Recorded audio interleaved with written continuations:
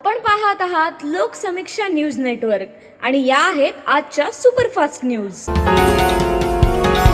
या बातमीपत्राचे प्रायोजक आहेत नंदिनी कलेक्शन, फक्त महिलांचे परिपूर्ण दालन, माऊली निवास, कल्याण मंडपमच्या बाजूस, यशोधन नगर, परभणी। नमस्कार, मी प्रभू दिपके लोकसमीक्षा न्यूज नेटवर्क मध्ये आपलं स्वागत करतो। आपण पाहत आहात परभणीचं एकमेव बातमीपत्र Loksamiksha superfast. Red Apple exclusive MIDC परिसर, परभणी। परभणी जिल्हा परिषदेत मानव विकास योजनेतील गरीब मुलींना सायकल वाटप घोटाळ्याच्या चौकशीचा अहवाल आता समोर येऊन 6 महिने उलटून गेलेत, तरीही जिल्हाधिकाऱ्यांनी संबंधित दोषींवर कुठल्याही प्रकारची कारवाई केली नाही। संबंधितांवर तात्काळ शासकीय रकमेचा अपहार केल्याप्रकरणी गुन्हा दाखल करावा अशा मागणीचं निवेदन प्रहार जनशक्ती पक्षाच्या वतीनं आज जिल्हाधिकाऱ्यांकडे देण्यात आले। निवेदनावर प्रहार जनशक्तीचे जिल्हा प्रमुख शिवलिंग बोधने, उद्धव गरुड, वैभव संघई, प्रल्हाद गरुड, सुरेश गरुड, हेमराज गरुड, शेख बशीर आदींच्या स्वाक्षऱ्या आहेत।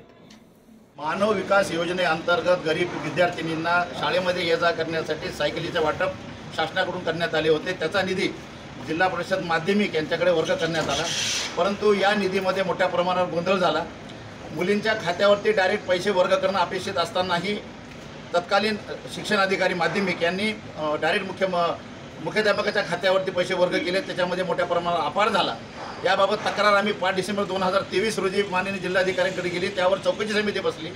6 महिन्यापूर्वी चौकशी समितीचा अहवाल आला। चौकशी समितीनं स्पष्ट सांगितलंय की या निधीचा गैरव्यवहार झालाय, यामध्ये अनियमितता आहे आणि 50,01,037 रुपयाचा याच्यामध्ये हिशोब जुळत नाहीये। ज्या अर्थी योजनेमध्ये स्पष्ट दिलेलं आहे की मुलींच्या नावावरती खात्यावर पैसे वर्ग करणं अपेक्षित होतं, परंतु मुख्याध्यापकाच्या खात्यावर त्यांनी पैसे वर्ग केलेले आहे।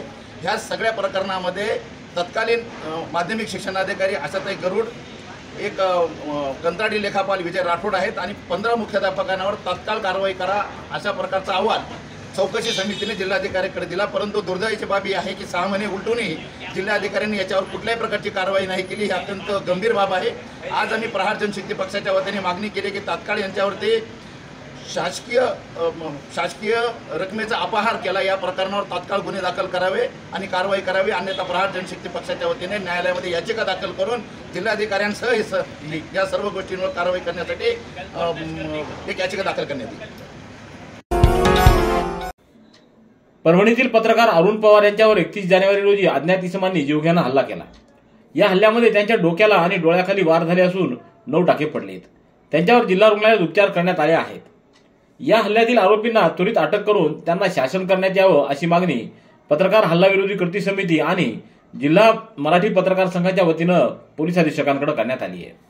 या निवेदनावर समितीचे अध्यक्ष रामेश्वर शिंदे, राजकुमार हट्टेकर, पत्रकार संघाचे अध्यक्ष प्रभू दिपके, सुरेश नाईकवाडे, लक्ष्मण मानोलीकर, सुधाकर श्रीखंडे, संजय बगाटे, माणिक शिंदे, शिवशंकर सोनुने, अनिल दाभडकर, उत्तम बोरसुरीकर, राहुल वहिवाळ, राहुल पुंडगे, सय्यद जमील, बाळू घिके आदींच्या स्वाक्षऱ्या आहेत। 31 जानेवारी रोजी रात्री 11 वाजता धारवडवरून आमचे पत्रकार मित्र सहकारी अरुण पवार हे येत असताना रात्री अंधारात त्यांच्यावर काही अज्ञात इसमांनी हल्ला केला। त्यांच्यावर अशा प्राणघातक हल्ला केला।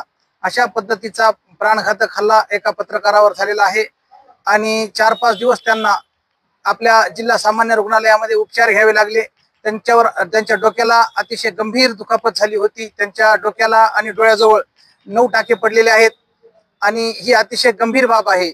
आदरणीय साहेबांना विनंती करून त्यांना आम्ही ही गोष्ट निदर्शनास आणून दिलेली आहे आणि अशा पद्धतीचा पत्रकारावर होणारा भ्याड हल्ला यापुढे खपून घेतला जाणार नाही अशी ही विनंती वजा आम्ही साहेबांना केलेली आहे। त्याचबरोबर तात्काळ या हल्लेखोरांना अटक करून त्यांच्यावर कठोर कारवाई करण्यात यावी अशी मागणी पत्रकार संघाच्या वतीनं आणि पत्रकार हल्ला विरोधी कृती समितीच्या वतीनं आज आम्ही जिल्हा पोलीस अधीक्षक यांच्याकडे केलेली आहे। विवाह सोहळा, साखरपुडा, वाढदिवस, मुंज, डोहाळे आदींसाठी सर्व सुविधांनी युक्त पारवेकर यांचे सखा गार्डन मंगल कार्यालय, विसावा कॉर्नर, जिंत रोड, परभणी। मंगल कार्यासाठी सुसज्ज हॉल, 1000 आसन व्यवस्था, प्रशस्त भोजन कक्ष, 5 रूम सह सर्व सुविधा उपलब्ध, पार्किंगची सुविधा, caterers, stage decoration, sound system, आसन व्यवस्थेची सुविधा, एक वेळ अवश्य भेट द्या. सखा गार्डन मंगल कार्यालय, विसबा कॉर्नर, जिंतूर रोड, परभणी. संपर्क गोविंद भालेराव व नामदेव ढवळे. मोबाईल क्रमांक 9405 76 66 43 आणि 99 75 60 74 02. नाफेडला सोयाबीन खरेदीसाठी 20 ते 25 दिवस वाढवून द्यावेत अशी मागणी स्वाभिमानी शेतकरी संघटनेच्या वतीनं जिल्हाधिकाऱ्यांकडे करण्यात आली आहे. या मागणीचं निवेदन निवासी उपजिल्हाधिकारी अनुराधा ढालकरी यांनी स्वीकारलं. निवेदनावर स्वाभिमानीचे जिल्हाध्यक्ष किशोर ढगे, रामप्रसाद गमे, गजानन तुरे, हनुमान चांगभले, माऊली शिंदे, प्रसाद गरुड, मुंजाभाऊ लोंढे, सुदाम ढगे, पंडित भोसले, सय्यद कलीम आदींच्या स्वाक्षऱ्या आहेत. परभणीतल्या धनलक्ष्मी नगरामध्ये दिवसाढवळ्या घरफोडी करत अज्ञात चोरट्यांनी रोख रक्कम, सोन्याची दागिने असे मिळून 74,000 रुपयाचा मुद्देमाल लंपास केलाय. ही घटना 3 फेब्रुवारी रोजी सकाळी 10 ते दुपारी 1च्या दरम्यान घडली आहे. या प्रकरणी नारळपेठ पोलीस ठाण्यात गुन्हा नोंदवण्यात आला आहे. रवी मेकला यांनी याबाबतची फिर्याद दिलेली आहे. सर्वात्मक गुरुदेव परिवार महागायत्री यज्ञ समिती परभणीच्या वतीनं परभणी तालुक्यातल्या टाकळी इथं 3105 कुंडी महागायत्री महायज्ञ सोहळ्याचं आयोजन करण्यात आलं असून या सोहळ्याची तयारी अंतिम टप्प्यात आली असल्याची माहिती आज पत्रकार परिषदेत वचन माऊली यांनी दिली आहे. या पत्रकार परिषदेला मुख्य कार्यवाहक माजी खासदार तुकाराम रेंगे पाटील, माजी उपमहापौर भगवान वाघमारे, नळची जाधव, भागवत खोडके, रामभाऊ घाडगे, मल्हारीकांत देशमुख, राजकुमार भांबरे यांची उपस्थिती होती. आंतरराष्ट्रीय भिक्खू संघ 5 दिवसाच्या परभणी जिल्ह्याच्या दौऱ्यावर येणार असून 7 ते 11 फेब्रुवारी या कालावधीमध्ये विविध ठिकाणी आंतरराष्ट्रीय भिक्खू संघाच्या मार्गदर्शनात विपश्यना ध्यान प्रशिक्षण शिबिराचं आयोजन करण्यात आलंय. यात Thailand, Japan, Vietnam, America, Myanmar, Taiwan आदी राष्ट्रांमधील भिक्खू संघाचं मार्गदर्शन लाभणार आहे. या शिबिराचा लाभ घेण्याचं आवाहन संयोजक Buddha's light international association chapter महाराष्ट्राचे संचालक भीमराव वायवळ यांनी केलंय. गुडघे दुखत आहेत? आता काळजी नको. आयुर्वेदिक उपचाराने गुडघ्यावर उपचार करा आणि जगा आनंदी आयुष्य. बालाजी आयुर्वेदिक निसर्गोपचार केंद्र, तलाठी कार्यालयाच्या पाठीमागे, वसमत रोड, परभणी. संपर्क डॉक्टर गोविंद कामटे. मोबाईल क्रमांक 99 23 30 09 14. जिंतूर शहरापासून 2 किलोमीटर अंतरावरील शासकीय तंत्रनिकेतन महाविद्यालयासमोर एलदरी रस्त्यावर 4 फेब्रुवारी रोजी रात्री 8च्या सुमाराला दुचाकी अपघातग्रस्त होऊन गंभीर जखमी झालेल्या दुचाकी स्वारावर ग्रामीण रुग्णालयात प्राथमिक उपचार करून त्याला परभणीच्या जिल्हा रुग्णालयात हलवण्यात आलंय. नंदू मिसाळ असं जखमी झालेल्या इसमाचं नाव आहे. तो पुणे येथील असून एका खासगी कंपनीत सुपरवायझर म्हणून काम करत असल्याची माहिती मिळाली आहे. अकॅडमिक मॅनेजमेंट सिस्टीम प्रणालीच्या प्रभावी अंमलबजावणीमुळे विद्यापीठातील शैक्षणिक प्रणाली अधिक मजबूत होईल व विद्यार्थ्यांना डिजिटल पद्धतीनं शिक्षण घेण्यास मोठा फायदा होईल असं प्रतिपादन कुलगुरू इंद्रमणी यांनी केलं. या प्रणालीबाबत अधिक माहिती देण्यासाठी 4 फेब्रुवारी रोजी विद्यापीठामध्ये 1 दिवसीय कार्यशाळेचं आयोजन करण्यात आलं होतं. अध्यक्षस्थानावरून कुलगुरू इंद्रमणी बोलत होते. यावेळी शिक्षण संचालक डॉक्टर भगवान आसेवार तर प्रमुख अतिथी म्हणून दिल्ली येथील डॉक्टर सुदीप मारवाह यांची उपस्थिती होती. महाराष्ट्र राज्य अनुसूचित जाती जमाती आयोगाचे अध्यक्ष अॅडव्होकेट गोरक्ष लोखंडे यांनी कारेगाव येथील वसंत आश्रमशाळा इथं आज सदिच्छा भेट दिली असता त्यांचा संस्थेच्या वतीनं सत्कार करण्यात आला. यावेळी संस्थेचे सचिव डॉक्टर प्रवीण धाडवे, मुख्याध्यापक, सहशिक्षक व शिक्षकेतर कर्मचाऱ्यांची उपस्थिती होती.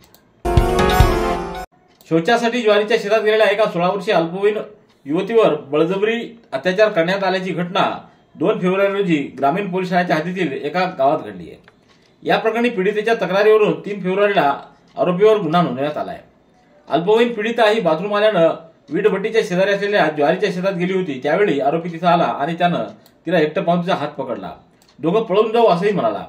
यावेळी पीडितेनं घडला प्रकार मी आई वडिलांना सांगेल असं उत्तर दिल्यावर आरोपीनं बळजबरीनं तिच्यावर अत्याचार केला.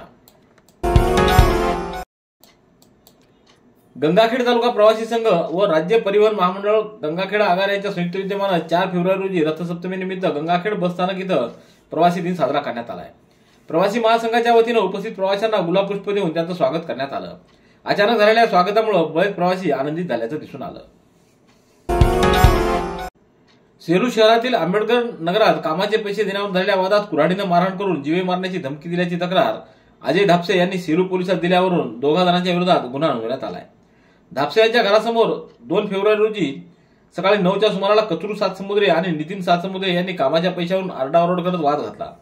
यावेळी कचरे सातसमुद्रे यांनी अजय धापसे यांच्या डाव्या हाताच्या कोपरावर कुऱ्हाडीनं वार केला. Red Apple furniture, smart furniture for smart people. Exclusive Parbhani शहरातील भव्य शोरूम रेड ॲपल एक्सक्लुझिव्ह, भारतातील स्मार्ट फर्निचर ब्रँड आता आपल्या परभणी शहरामध्ये. हो, आता आपल्या परभणी शहरामध्ये. या अंतर्गत ऑफिस, बेडरूम, डायनिंग, लिव्हिंग इत्यादी प्रकारचे फर्निचर आपणास मिळेल. Bedroom set, bed, dressing table, sofa set, कपाट, डायनिंग टेबल, टीपॉय आणि स्टील फर्निचर इत्यादी सर्व प्रकारचे फर्निचर तेही आकर्षक किमतीमध्ये उपलब्ध आहे. एक वेळ अवश्य भेट द्या. रेड ॲपल फर्निचर, MIDC परिसर, भारतीय स्टेट बँकेच्या जवळ, परभणी. विद्यार्थ्यांनी ज्ञान संपादन करण्याबरोबरच आपलं ध्येय आणि उद्दिष्ट निश्चित करणं गरजेचं असून चिकाटी आणि दृढनिश्चय हाच यशाचा खरा मार्ग आहे, असं प्रतिपादन वाल्मिकी शिक्षण प्रसारक मंडळाच्या सचिव भावनाताई नखाते यांनी केलंय. पाथरीच्या शांताबाई नखाते विद्यालयामध्ये आज पारितोषिक वितरण आणि निरोप समारंभाच्या प्रसंगी त्या बोलत होत्या. यावेळी स्वर्गीय सगो नखाते माध्यमिक उच्च माध्यमिक विद्यालयाचे प्राचार्य BR होगे, खान अब्दुल गफार खान उच्च माध्यमिक विद्यालयाचे प्राचार्य GG पितळे, महात्मा बसवेश्वर कनिष्ठ महाविद्यालयाचे प्राचार्य DR चौरे, प्राचार्य KN डहाळे, मुख्याध्यापक NE यादव आदींची उपस्थिती होती. परभणीच्या बालविद्या मंदिर प्राथमिक शाळा इथं वार्षिक स्नेहसंमेलन कार्यक्रम 2025 नुकताच संपन्न झाला. या कार्यक्रमाच्या उद्घाटन प्रसंगी अध्यक्ष म्हणून बालविद्या मंदिर शिक्षण संस्थेचे अध्यक्ष डॉक्टर NA झरकर, तसंच उद्घाटक म्हणून संस्थे सचिव डॉक्टर विवेक नावंदर, सहसचिव डॉक्टर संजय देशपांडे, सदस्य डॉक्टर अनिताताई नावंदर, MG विहिटकर व बालविद्या मंदिर शाळेच्या मुख्याध्यापिका सिंधू शर्मा, बालविद्या मंदिर हायस्कूलचे मुख्याध्यापक अरुण बोराडे, बालविद्या वर्धिनीचे प्राचार्य रमेश कापसे यांची उपस्थिती होती. परभणीच्या रेल्वे स्थानकावर विविध सुविधा देण्याची मागणी दक्षिण मध्य रेल्वेच्या महाव्यवस्थापकाकडे करण्यात आली आहे. परभणी रेल्वे स्थानकाची पाहणी करण्यासाठी आलेल्या दक्षिण मध्य रेल्वेचे महाव्यवस्थापक अरुण कुमार जैन यांना परभणी स्थानकासह मराठवाड्यातील जनतेला विविध रेल्वे सुविधा उपलब्ध करून देण्याची मागणी मराठवाडा रेल्वे प्रवासी महासंघानं केली आहे. आज 4:30च्या सुमाराला लवाजमासह ते परभणी स्थानकावर दाखल झाले. यावेळी प्रवासी महासंघाचे प्राध्यापक सुरेश नाईकवाडे, रितेश जैन, बाळासाहेब देशमुख, माणिक शिंदे, खदीरलाला हाशमी, आकाश लंगोटे आदींनी त्यांची भेट घेऊन त्यांच्याशी चर्चा केली. दिव्यांग बांधवांची अनेक महिन्यांपासूनची असलेली मागणी लक्षात घेऊन जिल्हा प्रशासनानं दिव्यांगांना तात्काळ अंत्योदय राशन कार्ड उपलब्ध करून दिले आहेत. जिल्हाधिकाऱ्यांच्या हस्ते आज हे कार्ड वितरित करण्यात आले.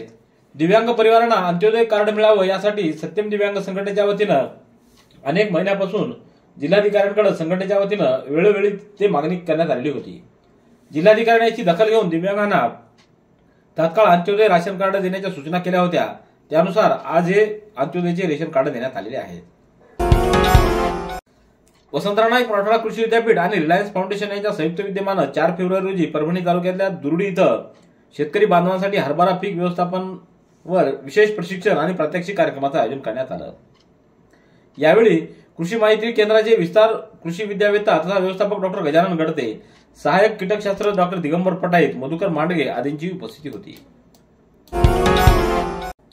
28 जानेवारी ते 1 फेब्रुवारी या दरम्यान अमरावतीच्या मोर्शी रोडवरील शिवाजी विज्ञान महाविद्यालयात संपन्न झालेल्या 52व्या राज्यस्तरीय बालवैज्ञानिक विज्ञान प्रदर्शनीमध्ये एकूण 7 गटामध्ये 440 विज्ञान प्रयोग सादर करण्यात आले.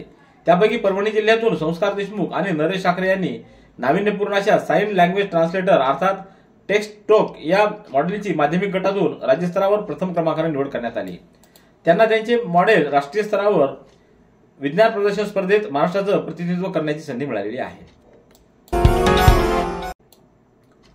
परभणीच्या शारदा महाविद्यालय व निरामय योग प्रसार व संशोधन केंद्राच्या संयुक्त विद्यमानं रथसप्तमीनिमित्त आयोजित केलेल्या सूर्यनमस्कार शिबिराचं आयोजन प्राचार्य डॉक्टर बबन पवार यांच्या मार्गदर्शनाखाली शारदा महाविद्यालयात संपन्न झालं. 3 दिवस चाललेल्या सूर्यनमस्कार शिबिरामध्ये सूर्यनमस्काराचा सुरुवातीचा मंत्र, सूर्यनमस्कार समाप्ती मंत्र तसंच शास्त्रोक्त पद्धतीनं सूर्यनमस्कार कसे करावेत याबाबतचं मार्गदर्शन डॉक्टर नितीन बावळे यांनी प्रात्यक्षिकासह करून दाखवलं. वाढत्या स्क्रीन टाईममुळे कुटुंबातील व्यक्तींमध्ये संवाद हरवत चाललाय. शाळेतील व गावातील ग्रंथालय ओस पडलीत. आभासी जगात जीवनाचा खरा आनंद मिळत नसून जीवन समृद्ध करण्यासाठी नियमितपणे कौटुंबिक वाचनावर भर देणं आवश्यक आहे. अशा परिस्थितीत मुलांनी व पालकांनी पुस्तकाशी मैत्री करून पुस्तक वाचनाचा आनंद घेण्याची वेळ आली आहे. यासाठीच HRC नियमितपणे वाचन संस्कृती रुजविण्यासाठी विविध उपक्रम करत असते. आज विष्णुनगर इथं बसंती सत्यनारायण चांडक व आशा पवन चांडक यांनी हळदी कुंकू कार्यक्रमात पुस्तकाचा गावाचा देखावा साकारला. या देखाव्यात कादंबरी, कथा, कविता, ललित चरित्र, आत्मचरित्र, प्रवास वर्णन, वैचारिक, राजकीय, वैज्ञानिक आदी विषयावर वाचन कोपरे उभारले होते. रेड ॲपल एक्सक्लुझिव्ह MIDC परिसर परभणी. याबरोबरचे बातमीपत्र संपलं. पुन्हा भेटूया उद्याच्या सुपरफास्ट बातमीपत्रात. पाहत रहा लोकसमीक्षा. तुम्हाला हे बातमीपत्र कसं वाटलं याबद्दल आपली प्रतिक्रिया नोंदवा. दररोजचे अपडेट्स मिळवण्यासाठी लोकसमीक्षा चॅनलला सबस्क्राईब करा. धन्यवाद.